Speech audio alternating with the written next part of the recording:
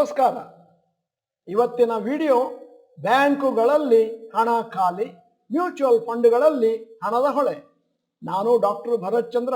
ವಿಡಿಯೋಗಳ ಉದ್ದೇಶ ಕನ್ನಡಿಗರ ಫೈನಾನ್ಷಿಯಲ್ ಎಜುಕೇಶನ್. ಮೊನ್ನೆಯಿಂದ ಕಳೆದ ಒಂದು ವರ್ಷದಿಂದ ಹೊಸ ಒಂದು ಟ್ರೆಂಡು ಭಾರತದಲ್ಲಿ ಏನು ಅಂತ ಕೇಳಬಹುದು ನೀವು. ಜನ ಬ್ಯಾಂಕುಗಳಲ್ಲಿ ಡಿಪಾಸಿಟ್ ಇಡೋದನ್ನು ಕಮ್ಮಿ ಮಾಡಿದ್ದಾರೆ, ಹಣವನ್ನು ಮ್ಯೂಚುವಲ್ ಫಂಡ್ ಮತ್ತು ಡೈರೆಕ್ಟ್ ಆಗಿ ಸ್ಟಾಕ್ಗಳಲ್ಲಿ ವಿನಿಯೋಗ ಮಾಡ್ತಾ ಇದ್ದಾರೆ.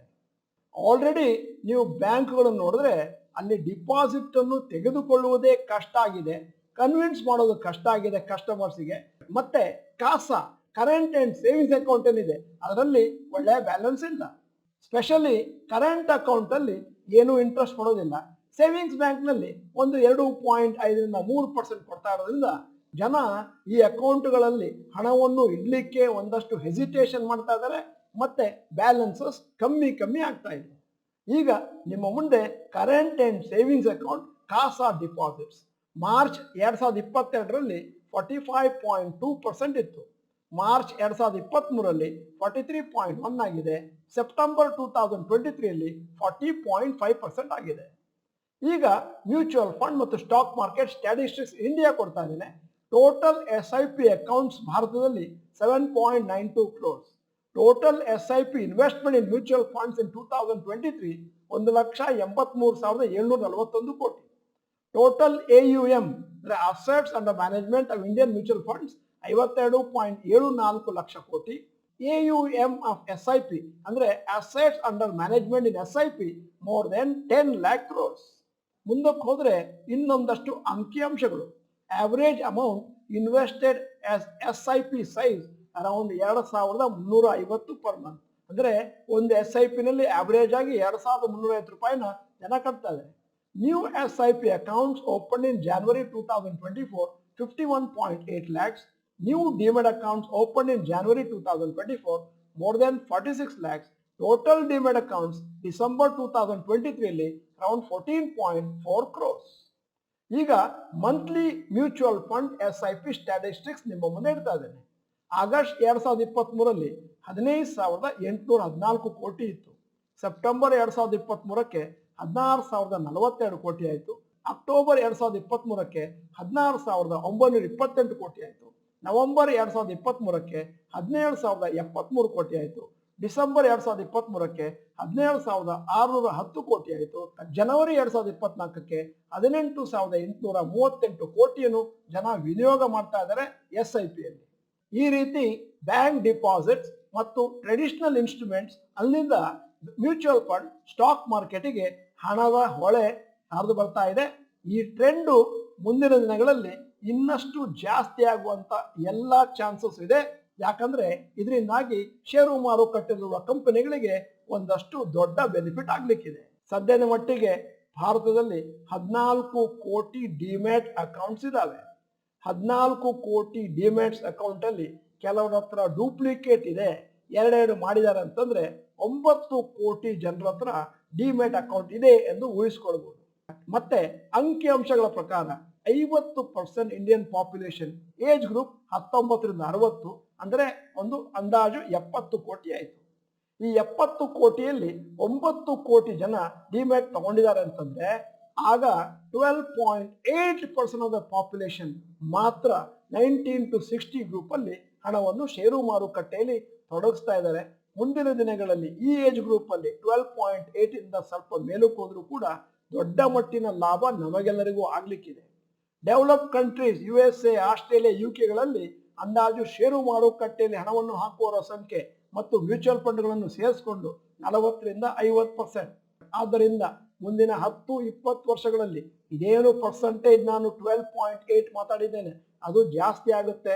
ಆವಾಗ ಇಡೀ ಭಾರತ ದೇಶಕ್ಕೆ ಅದರಿಂದಾಗಿ ಅನುಕೂಲ ಆಗುತ್ತೆ. ಈ ರೀತಿ ದೊಡ್ಡ ಮಟ್ಟಿನಲ್ಲಿ ಜನ ಷೇರು ಮಾರುಕಟ್ಟೆಯಲ್ಲಿ ಹಣವನ್ನು ಹಾಕೋದ್ರಿಂದ ಸುಮಾರು ಕಂಪನಿಗಳಿಗೆ ಬೆನಿಫಿಟ್ ಆಗುತ್ತೆ. ಇವತ್ತು ಯಾವ್ಯಾವ ಕಂಪನಿಗಳಿಗೆ ಷೇರು ಮಾರುಕಟ್ಟೆ ಮೇಲಕ್ಕೆ ಹೋಗ್ತಾ ಇದ್ದಾಗೆ ಡೈರೆಕ್ಟ್ ಆಗಿ ಬೆನಿಫಿಟ್ ಆಗುತ್ತೆ ಅನ್ನುವಂತ ಒಂದು ಪಟ್ಟಿಯನ್ನು ನಿಮ್ಮ ಮುಂದೆ ಇಡ್ತಾ ಇದ್ದೇನೆ. Stocks likely to benefit from investor growth. ಮೊದಲನೇದು BSE, one of the 2 main stock exchanges in India ಮತ್ತೆ only listed stock exchange currently in India.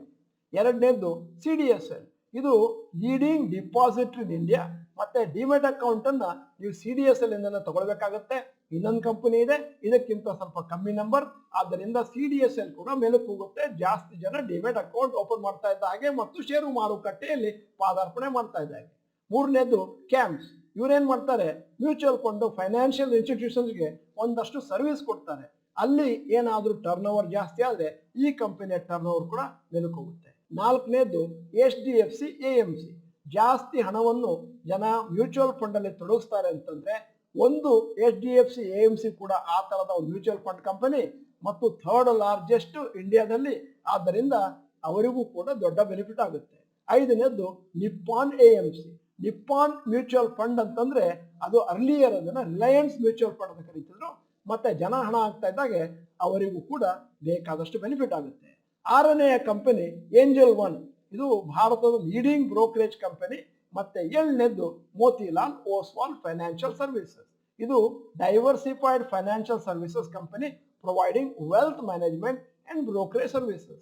ಜನ ನಮ್ಮ ವೆಲ್ತ್ ಅನ್ನು ಮ್ಯಾನೇಜ್ ಮಾಡಿ ಅಂತ ಇವ್ರ ಹತ್ರ ಕೊಡ್ತಾರೆ, ಅವರ ರೇಟು ಮೇಲಕ್ಕೆ ಹೋಗುತ್ತೆ. ಎಂಟನೇದ್ದು 5 ಪೈಸಾ ಕ್ಯಾಪಿಟಲ್. ಜನ ಏನು ಸ್ಟಾಕ್ ಮಾರ್ಕೆಟ್ ಅಲ್ಲಿ ಇನ್ವೆಸ್ಟ್ ಮಾಡ್ತಾರೆ ಅದು 5 ಪೈಸಾ ಕ್ಯಾಪಿಟಲ್ ಮುಖಾಂತರ ಹೋಗುತ್ತೆ, ಅವರ ಪ್ರಾಫಿಟ್ ಕೂಡ ಮೇಲಕ್ಕೆ ಹೋಗುತ್ತೆ. ಸದ್ಯಕ್ಕೆ BSE ಮತ್ತು CDSL ಇದೆರಡೇ ಕಂಪನಿಗಳು ಲಿಸ್ಟ್ ಆಗಿರೋದು ರೆಸ್ಪೆಕ್ಟಿವ್ ಸೆಕ್ಟರ್ ಅಲ್ಲಿ.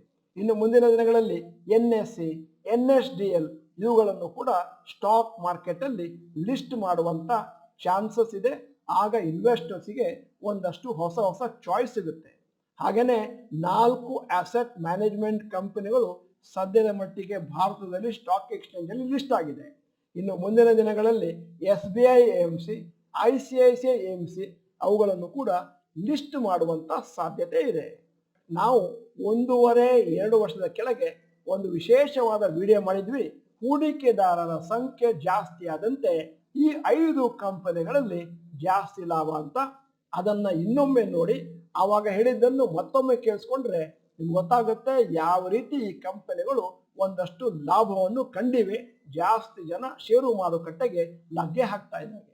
ಈಗ ವಿಡಿಯೋದ ಕೊನೆಯಲ್ಲಿ ನಮ್ಮ ಸಮೀಕ್ಷೆಗಾಗಿ, ನಿಮ್ಮ ಅಭಿಪ್ರಾಯ ಸಂಗ್ರಹಣೆಗಾಗಿ ಒಂದು ಪ್ರಶ್ನೆ ಕೇಳ್ತಾ ಇದ್ದೇನೆ.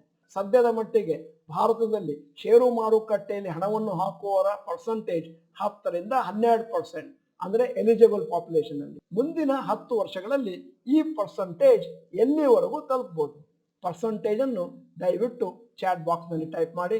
ನೀವು ಡಾಕ್ಟರ್ ಭರತ್ ಚಂದ್ರ ಇನ್ಸ್ಟಿಟ್ಯೂಟ್ ಕನ್ನಡ ಚಾನೆಲ್ಗೆ ಬರೋದಂತಂದ್ರೆ ಇದೀಗ ಸಮಯ. ಸಬ್ಸ್ಕ್ರಿಪ್ಷನ್ ಬಟನ್, ಬೆಲ್ ಐಕಾನ್ ಒತ್ತಿ. ವಿಡಿಯೋ ಚೆನ್ನಾಗಿದ್ರೆ ಲೈಕ್ ಬಟನ್ ಒತ್ತುವುದನ್ನು ಮರಿಬೇಡಿ. ವಿಡಿಯೋನ ನಿಮ್ಮ ಎಲ್ಲಾ ಸ್ನೇಹಿತರಿಗೂ ಫಾರ್ವರ್ಡ್ ಮಾಡಿ. ವಿಡಿಯೋನ ಸಂಪೂರ್ಣವಾಗಿ ನೋಡಿದ್ದಕ್ಕೆ ಧನ್ಯವಾದಗಳು. ನಮಸ್ಕಾರ.